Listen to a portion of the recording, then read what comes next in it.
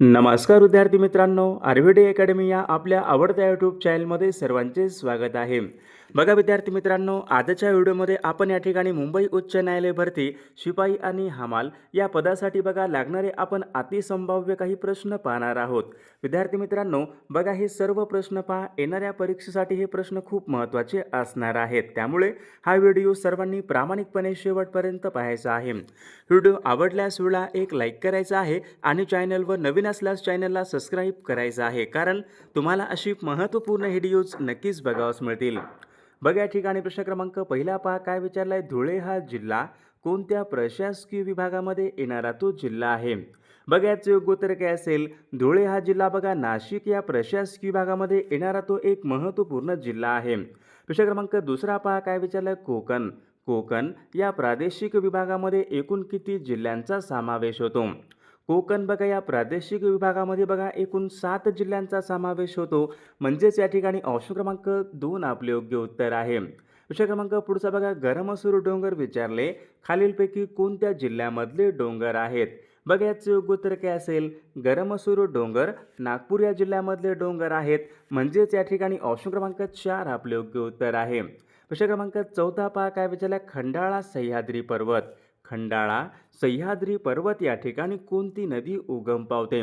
बघा याचं योग्य उत्तर काय असेल, खंडाळा सह्याद्री पर्वत या ठिकाणी उल्हास नदी या ठिकाणी उगम पावते. विषय क्रमांक 5वा पहा, काय विचारला, तापी आणि पांझरा या दोन नद्यांचा संगम कोणत्या ठिकाणी होतो.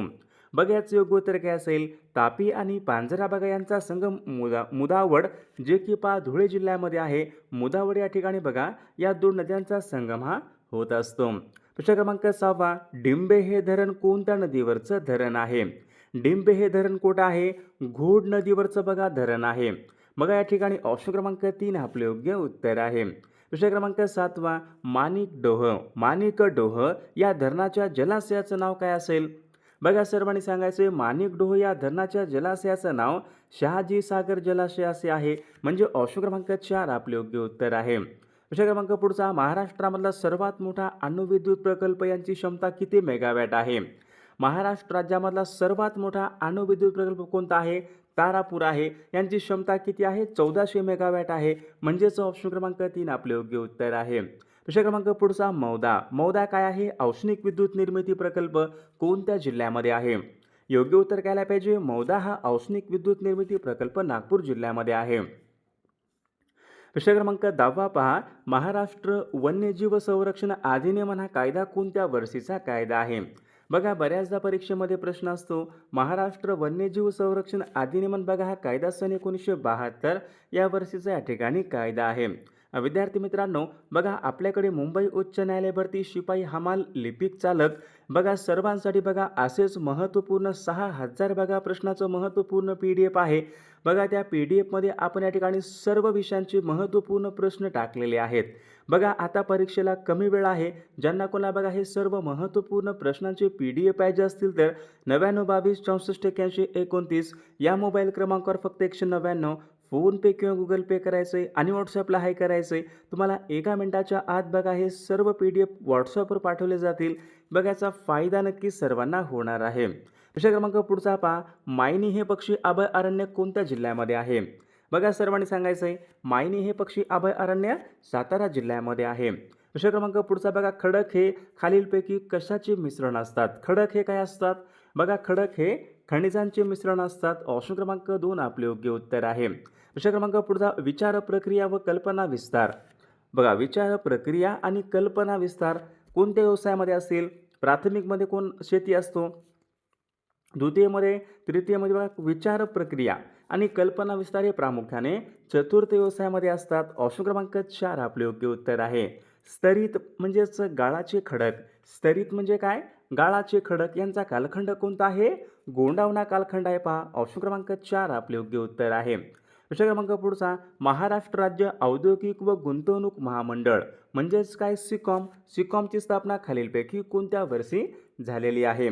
बघा सन 1966 या वर्षी सिकॉमची स्थापना झालेली आहे आणि MIDC यांची स्थापना सन 1962 या वर्षी झालेली आहे. विषय क्रमांक पुढचा पहा, लाख उद्योग विचारलाय, खालीलपैकी कोणत्या जिल्ह्यामध्ये चालणारा उद्योग आहे. लाख उद्योग बघा याचं योग्य उत्तर काय असेल, लाख उद्योग बघा प्रामुख्याने भंडारा या जिल्ह्यामध्ये चालतो, म्हणजेच या ठिकाणी ऑप्शन क्रमांक 4 आपले योग्य उत्तर आहे. दुसरा क्रमांक पुढचा NH48 नॅशनल हायवे क्रमांक 48 खालीलपैकी कोणता आहे? बघा याचं योग्य उत्तर काय असेल, नॅशनल हायवे क्रमांक बघा 48 हा मुंबई दिल्ली आहे. ऑप्शन क्रमांक 4 आपले योग्य उत्तर आहे. विषय क्रमांक पुढचा पहा, वाई ते महाबळेश्वर, वाई ते महाबळेश्वर यांच्या दरम्यान कोणता घाट लागतो? बघा याचं योग्य उत्तर काय असेल, वाई ते महाबळेश्वर बघा या ठिकाणी पसरणी हा घाट लागतो. पहा ऑप्शन क्रमांक या ठिकाणी 2 आपले योग्य उत्तर आहे. विषय क्रमांक 20 सन 1853 साली धावलेल्या रेल्वेच्या 3 इंजिनची नावे कोणती आहेत? बघा भारतामध्ये सर्वात पहिल्यांदा सन 1853 या वर्षी भारतामध्ये सर्वात पहिल्यांदा रेल्वे धावली होती. त्या इंजिनची नावे कोणती होती? साहिब, सिंध आणि सुलतान या ठिकाणी या इंजिनची नावे आहेत. विषय क्रमांक पुढचा, मुंबई विद्यापीठाची स्थापना कोणत्या दिवशी झालेली आहे? बघा बऱ्याचदा हा प्रश्न परीक्षेमध्ये रिपीट होणारा प्रश्न आहे. मुंबई विद्यापीठाची स्थापना 18 जुलै सन 1857 झालेली आहे. ऑप्शन क्रमांक 2 आपले योग्य उत्तर आहे. विषय क्रमांक 22 पहा, कृत्रिम अवयव केंद्र, कृत्रिम अवयव केंद्र कोणत्या ठिकाणी आहे? बघा कृत्रिम अवयव केंद्र वानवाडी, जे की बघा पुणे जिल्ह्यामध्ये आहे. ऑप्शन क्रमांक 2 आपले योग्य उत्तर आहे. विषय क्रमांक पुढचा भाग, कोलाम, कोलाम ही आदिवासी जमात कोणत्या जिल्ह्यामध्ये प्रामुख्याने आढळते? याचे योग्य उत्तर काय असेल, कोलाम बघा ही आदिवासी जमात प्रामुख्याने यवतमाळ या जिल्ह्यामध्ये आढळत असते. विषय क्रमांक पुढचा, 0 ते 6, 0 ते 6 या वयोगटामध्ये सर्वात कमी स्त्री पुरुष प्रमाण कोणत्या जिल्ह्यामध्ये आहे? 0 ते 6 या वयोगटामध्ये विचारले सर्वात कमी स्त्री पुरुष प्रमाण बीड या जिल्ह्यामध्ये आहे. ऑप्शन क्रमांक 2 आपले योग्य उत्तर आहे. विषय क्रमांक पुढचा बघा, बोडो, बोडो ही कार्यालयीन भाषा कोणत्या राज्याशी संबंधित आहे? बोडो बघा सर्वांनी सांगायचं, बोडो ही आदिवासी बघा जमात आहे. बोडो ही कार्यालयीन भाषा आसाम या राज्यासंबंधीची आहे. म्हणजे ऑप्शन क्रमांक या ठिकाणी 2 आपले योग्य उत्तर आहे. विषय क्रमांक पुढचा बघा, पोंगल हा सण कोणत्या राज्यामध्ये प्रामुख्याने साजरा केला जातो? पोंगल हा सण कुठं आहे? पोंगल हा सण बघा प्रामुख्याने तामिळनाडू या राज्यामध्ये बघा पोंगल हा सण या ठिकाणी साजरा केला जातो. विषय क्रमांक पुढचा बघा, पंचमढी, पंचमढी हे थंड हवेचं ठिकाण कोणत्या राज्यामध्ये आहे? बघा मागील परीक्षामध्ये प्रश्न विचारण्यात आला होता. पंचमढी हे थंड हवेचं ठिकाण मध्य प्रदेश या राज्यामध्ये आहे. ऑप्शन क्रमांक 2 आपले योग्य उत्तर आहे. विषय क्रमांक 28 पहा, भारतामध्ये सर्वात जास्त साक्षरतेचं प्रमाण कोणत्या राज्यामध्ये आहे? सर्वात जास्त साक्षरता 100% साक्षरता असलेलं राज्य म्हणजे कोणतं आहे? केरळ राज्य आहे. ऑप्शन क्रमांक 3 आपले योग्य उत्तर आहे. विषय क्रमांक पुढचा, नाल सरोवर, नाल सरोवर हे पक्षी अभयारण्य कोणत्या राज्यामध्ये आहे? योग्य उत्तर काय पाहिजे? नाल सरोवर हे पक्षी अभयारण्य गुजरात राज्यामध्ये आहे. ऑप्शन क्रमांक या ठिकाणी 2 आपले योग्य उत्तर आहे. विषय क्रमांक पुढचा बघा, मधुबनी चित्रकला प्रकार कोणत्या राज्यामध्ये असेल? मधुबनी हा चित्रकला प्रकार बिहार राज्यामध्ये आहे. ऑप्शन क्रमांक 2 आपले योग्य उत्तर आहे. विषय क्रमांक पुढचा, खजुराहो, खजुराहो मंदिर कुठं आहे? खजुराहो मंदिर बघा मध्य प्रदेश या राज्यामध्ये खजुराहो मंदिर आहे. ऑप्शन क्रमांक 2 आपले योग्य उत्तर आहे. विषय क्रमांक पुढचा, महाराष्ट्राच्या दक्षिणेला, महाराष्ट्राच्या दक्षिणेला गोवा राज्याबरोबर कोणत्या जिल्ह्याची सरहद आहे? बघा महाराष्ट्रामधला सर्वात दक्षिणेकडचा जिल्हा कोणता असेल? सिंधुदुर्ग बघा हा जिल्हा महाराष्ट्रामध्ये सर्वात दक्षिणेकडचा जिल्हा असून तो गोवा या राज्याशी तो यांची बघा सीमा या ठिकाणी संलग्न आहे. विषय क्रमांक पुढचा भाग, खालीलपैकी कोणत्या अर्थशास्त्रज्ञाला अर्थशास्त्राचे जनक असे म्हणतात? बघा याचे योग्य उत्तर काय असेल?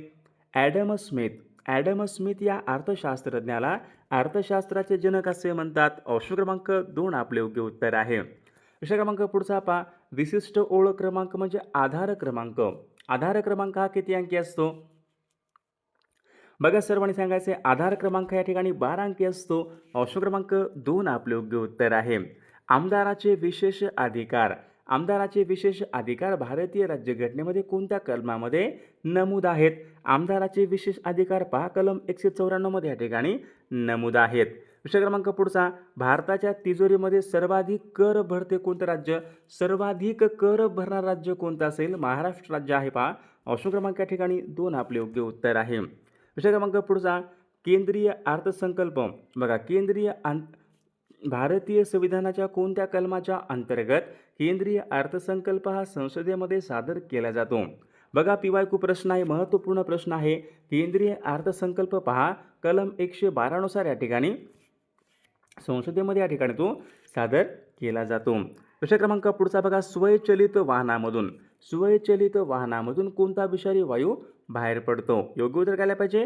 कार्बन मोनॉक्साईड या ठिकाणी हा वायू बाहेर पडतो. प्रश्न क्रमांक 8 पहा, कोणत्या वर्षी अंतर्गत शांततेच्या कारणावरून भारतामध्ये सर्वात पहिल्यांदा आणीबाणी पुकारण्यात आली होती? भारतामध्ये बघा सर्वात पहिल्यांदा सन 1975 या वर्षी आणीबाणी पुकारण्यात आली होती.